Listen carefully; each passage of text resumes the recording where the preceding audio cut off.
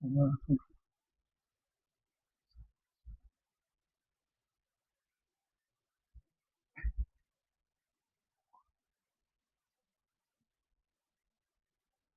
الحمد لله نحمده ونستعينه ونستغفره ونعوذ بالله من شرور أنفسنا وسيئات أعمالنا. من يهده الله فلا مضل له ومن يضلل فلا هادي له.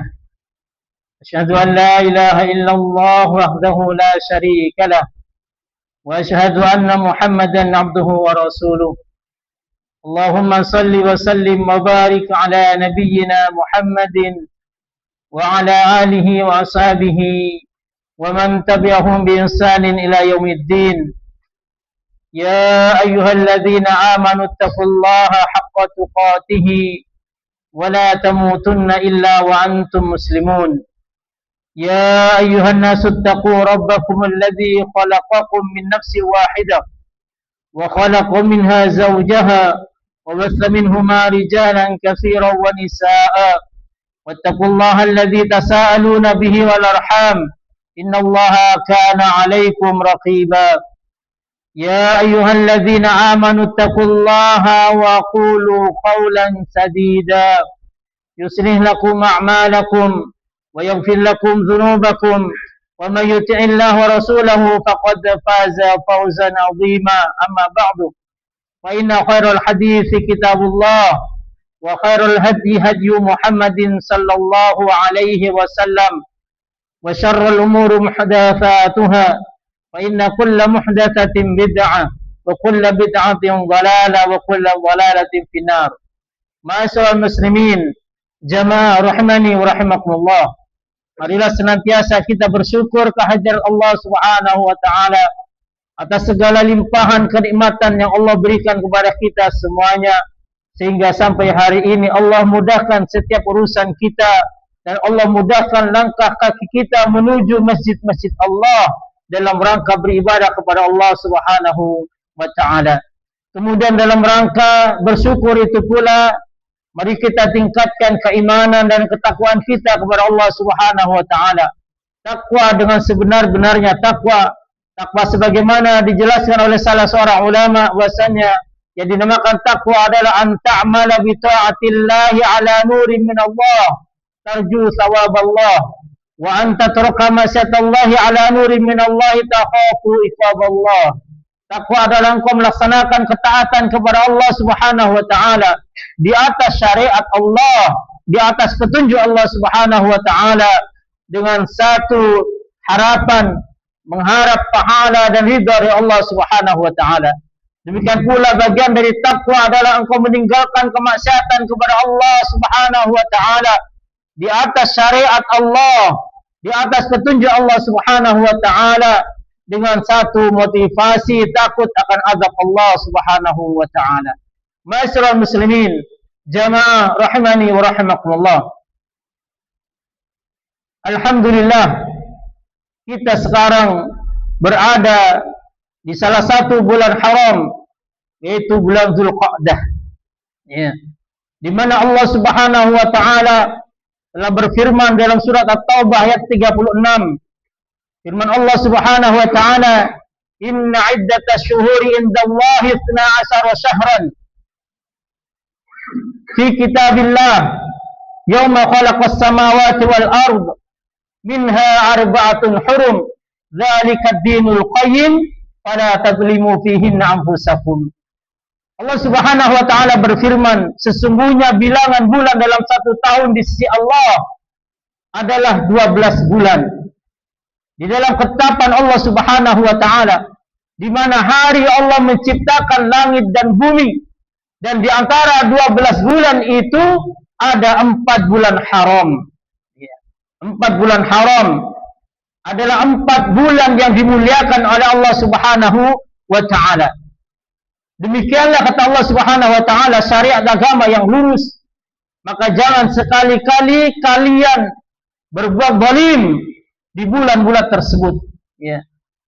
Maka jangan sekali-kali kalian menganiaya diri kalian di bulan-bulan tersebut.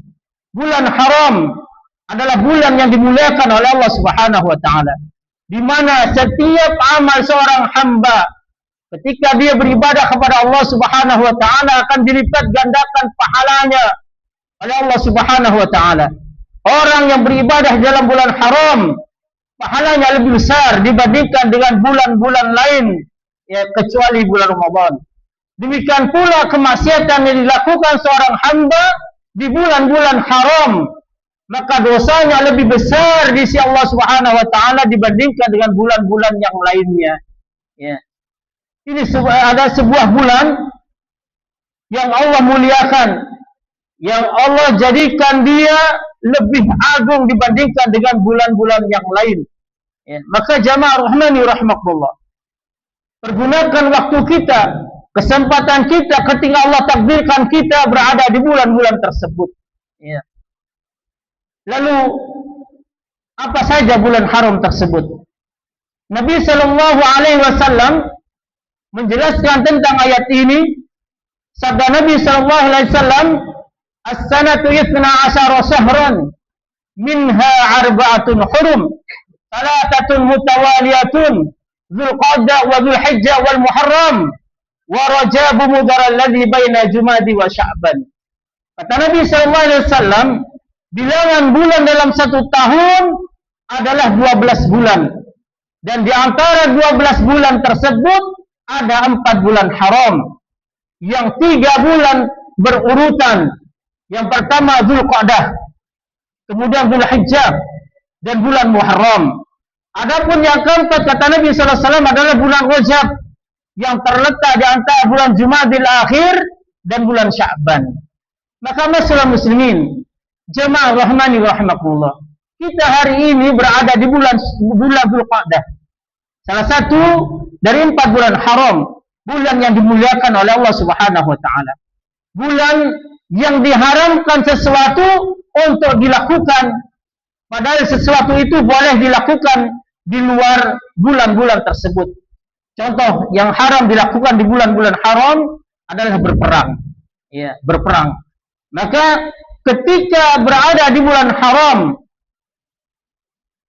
lebih ditekankan agar seorang meninggalkan kemaksiatan kepada Allah Subhanahu wa taala, karena dosanya akan berlipat ganda ya dibandingkan dengan maksiat yang dilakukan di bulan-bulan yang lain. Sebagaimana ketika seorang melakukan kemaksiatan di tanah haram, ya di Mekah, maka dosanya akan berlipat ganda dibandingkan melakukan dosa di tempat-tempat selain tanah haram.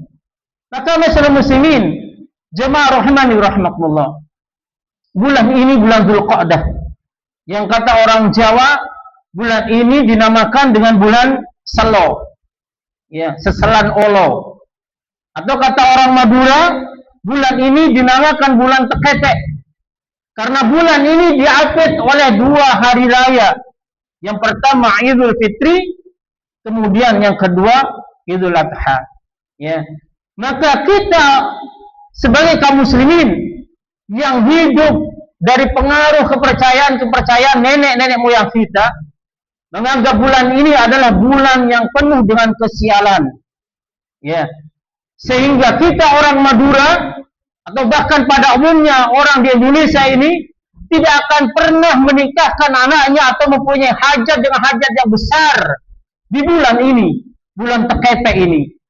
Karena barang siapa yang mengadakan pernikahan di bulan Teketek, menurut anggapan dari kepercayaan telah lalu, dia akan mendapatkan kesialan. Rumah tangganya tidak langgeng. Ya. Padahal jamaah rahimani wa rahimakumullah, Allah jadikan bulan Dzulqa'dah ini adalah salah satu bulan haram, bulan yang dimuliakan oleh Allah Subhanahu wa taala. Apapun yang kita lakukan selama itu bernilai ibadah kepada Allah Subhanahu wa taala, maka pahalanya akan dilipat gandakan oleh Allah Subhanahu wa taala, termasuk ketika seorang menikah di bulan ini. Ya. Dahulu di zaman Nabi sallallahu alaihi wasallam, di zaman jahiliyah itu ada anggapan bahwasanya ada 2 bulan yang mendatangkan sial. Salah satunya Dzulqa'dah, kemudian yang kedua bulan Syawal. Maka Nabi sallallahu alaihi wasallam menepis anggapan tersebut Maka Nabi sallallahu alaihi wasallam menikahi Maimunah radhiyallahu taala anha di bulan Dzulqa'dah dan menikahi Aisyah radhiyallahu taala anha di bulan Syawal. Ya. Maka ini sebagai pengingkaran dari anggapan-anggapan yang telah mendarah daging, ya, telah mengikat kita dengan ikatan yang sangat kuat. Bahasanya bulan ini adalah bulan yang penuh dengan kesialan. Maka seorang yang menikah di bulan ini, dia akan mendapatkan pahala yang besar. Yang pertama, karena bulan ini adalah bulan haram. Kemudian yang kedua, dalam rangka mengingkari kepercayaan sebagai besar kaum muslimin, bahasanya bulan ini adalah bulan yang penuh dengan kesialan. Maka jamaah rahimani rahmakumullah, bulan Dzulqa'dah adalah bagian dari bulan haram. Akan tetapi kita kaum muslimin kebanyakan menyia-nyiakan bulan Dzulqa'dah ini. Kenapa? Karena di bulan Dzulqa'dah ini tidak ada ibadah khusus yang disyariatkan oleh Nabi sallallahu alaihi wasallam. Berbeda dengan bulan-bulan yang lain. Semisal Dzulhijjah, nanti ada puasa, ya. Di bulan Dzulhijjah ada puasa, di tanggal 9 Dzulhijjah puasa Arafah. Ya. Ada penyembelihan kurban, ada ibadah haji, ada hari raya Idul Adha. Demikian pula di bulan Muharram ada puasa 10 Muharram. Ya. Maka orang akan mengingat bulan-bulan haram yang lain, tetapi karena Dzulqa'dah tidak ada syariat yang khusus yang diajarkan oleh Nabi sallallahu alaihi wasallam untuk melakukan ibadah tertentu, maka sebagian kita melupakan hal tersebut. Padahal masyarakat muslimin, jamaah rahmani rahmakullah, kalau kita mau memenuhi bulan haram, bulan Dzulqa'dah ini dengan ibadah kepada Allah Subhanahu wa taala, banyak yang bisa kita lakukan. Misalnya kita ingin puasa, ya, maka minimalnya kita bisa puasa 3 hari di pertengahan bulan, atau puasa Senin dan Kamis, atau lebih tinggi dari itu kita bisa puasa Daud, sehari puasa sehari berbuka. Maka ketika itu kita lakukan, pahalanya lebih besar dibandingkan kita berpuasa sunnah di bulan-bulan lain selain bulan haram, ya. Maka muslimin jemaah rahmani wa rahimakumullah, kita baru sebulan setengah lebih, hampir 2 bulan meninggalkan Ramadan. Maka kebiasaan-kebiasaan baik kita di bulan Ramadan kita praktekkan kembali di bulan Dzulqa'dah ini dan bulan-bulan yang seterusnya. Karena kita bukanlah orang-orang yang hanya menyembah Allah di bulan Ramadan, tapi kita adalah orang yang menyembah Allah di semua waktu yang Allah ciptakan untuk kita, semua bulan yang Allah ciptakan untuk kita. Maka jamaah rahimani wa rahimakumullah, sekali lagi, jangan pernah ada anggapan pada hati kita, pada diri kita, bahasanya Allah ciptakan bulan ini menjadi bulan sial bagi kita. Jangan sekali-kali, karena itu menyakiti Allah Subhanahu wa ta'ala. Allah Subhanahu wa ta'ala pernah berfirman dalam hadis qudsi, ya, anak Adam menyakiti aku, kata Allah Subhanahu wa ta'ala. Ya, mereka mencela masa, mereka mencela bulan, mencela hari, mencela waktu, padahal akulah yang menciptakan waktu tersebut, kata Allah Subhanahu wa ta'ala. Aku yang membolak-balikan waktu tersebut.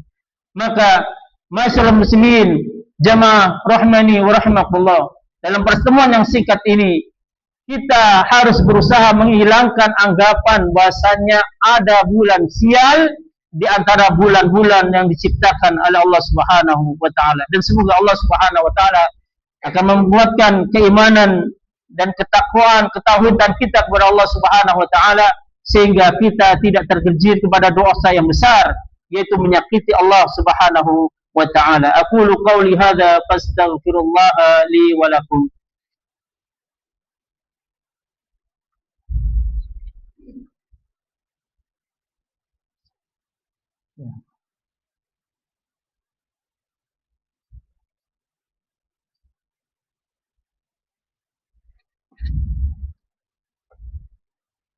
Alhamdulillahi rabbil alamin, wa bihi nasta'inu ala umuri dunya waddin, wassalatu wassalamu ala asrafil anbiya'i wal mursalin, nabiyyina Muhammadin wa ala alihi wa ashabihi wa man tabi'ahum bi ihsanin ila yaumiddin.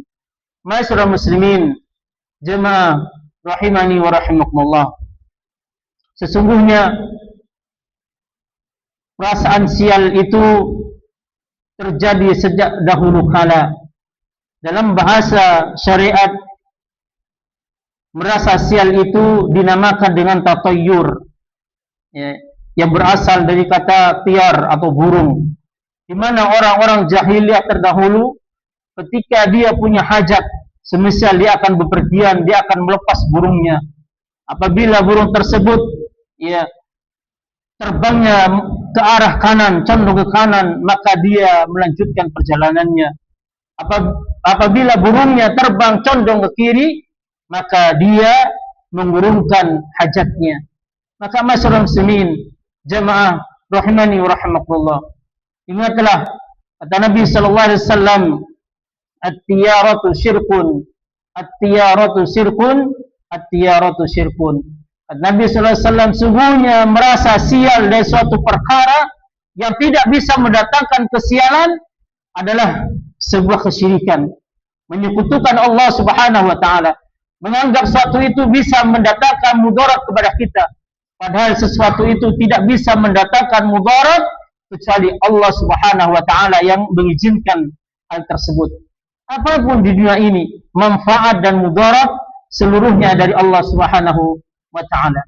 Demikian pula Nabi sallallahu alaihi wasallam pernah bersabda, "Man raddathu at-tiyaratu min hajatihi faqad asyraf."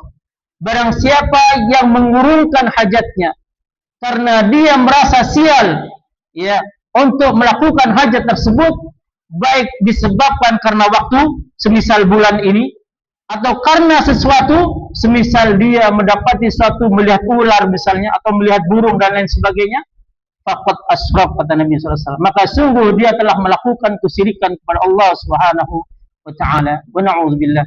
Maka jemaah rahmani wa rahimakumullah, berlindung kita kepada Allah Subhanahu wa taala dari seluruh bentuk kemaksiatan kepada Allah Subhanahu wa taala, terutama dosa kesyirikan yang Allah tidak akan pernah ampuni dosa tersebut kecuali seorang melakukan taubat dengan taubatun nasuha sebelum dia meninggal dunia. Maka jemaah rahimani wa rahimakumullah, kita memohon kepada Allah Subhanahu wa taala semoga Allah senantiasa memberikan kita hidayah, memberikan kita petunjuk agar kita bisa menjadi orang-orang yang selamat dalam kehidupan dunia dan kehidupan akhirat. Kita memohon kepada Allah Subhanahu wa taala semoga Allah jadikan keluarga-keluarga kita semuanya keluarga yang sakinah, mawaddah, warahmah. Allah jadikan anak-anak keturunan kita semuanya anak yang saleh, salihah. Allah jadikan rizki-rizki kita semuanya rizki yang halalan, thayyiban, barakah. Dan Allah jadikan akhir dari kehidupan kita semuanya akhirnya husnul khatimah. Semoga Allah wafatkan kita dalam keadaan iman dan Islam. Dan kita memohon kepada Allah Subhanahu wa taala sebagaimana Allah kumpulkan kita di tempat yang mulia ini, semoga Allah kumpulkan kita kelak di surganya dengan segala kenikmatan yang telah Allah janjikan kepada para hambanya. Allahumma salli ala Muhammad wa ala ali Muhammad kama sallaita ala ali Ibrahim wa barik ala Muhammad wa ala ali Muhammad kama barakta ala ali Ibrahim fil alamin innaka Hamidum Majid. Allahumma ighfir lil muslimina wal muslimat wal mu'minina wal mu'minat al ahya'i minhum wal amwat. Rabbana zalamna anfusana wa illam taghfir lana wa tarhamna lanakunanna minal khasirin. Rabbana zalamna anfusana wa illam taghfir lana wa tarhamna lanakunanna minal khasirin. Rabbana atina min ladunka rahmah wa hayyi' lana min amrina rashada. Allahumma a'inna ala dzikrika wa syukrika wa husni ibadatik. Allahumma taqabbal minna innaka antas samiul alim wa tub alaina innaka antat tawwabur rahim. Rabbana atina fid dunya hasanah wa fil akhirati hasanah wa qina adzaban nar. Wa sallallahu ala nabiyyina Muhammadin wa ala alihi wa ashabihi wa man tabi'ahum bi ihsanin ila yaumiddin. Wa akhiru da'wana alhamdulillahi rabbil alamin. Aqimis salat.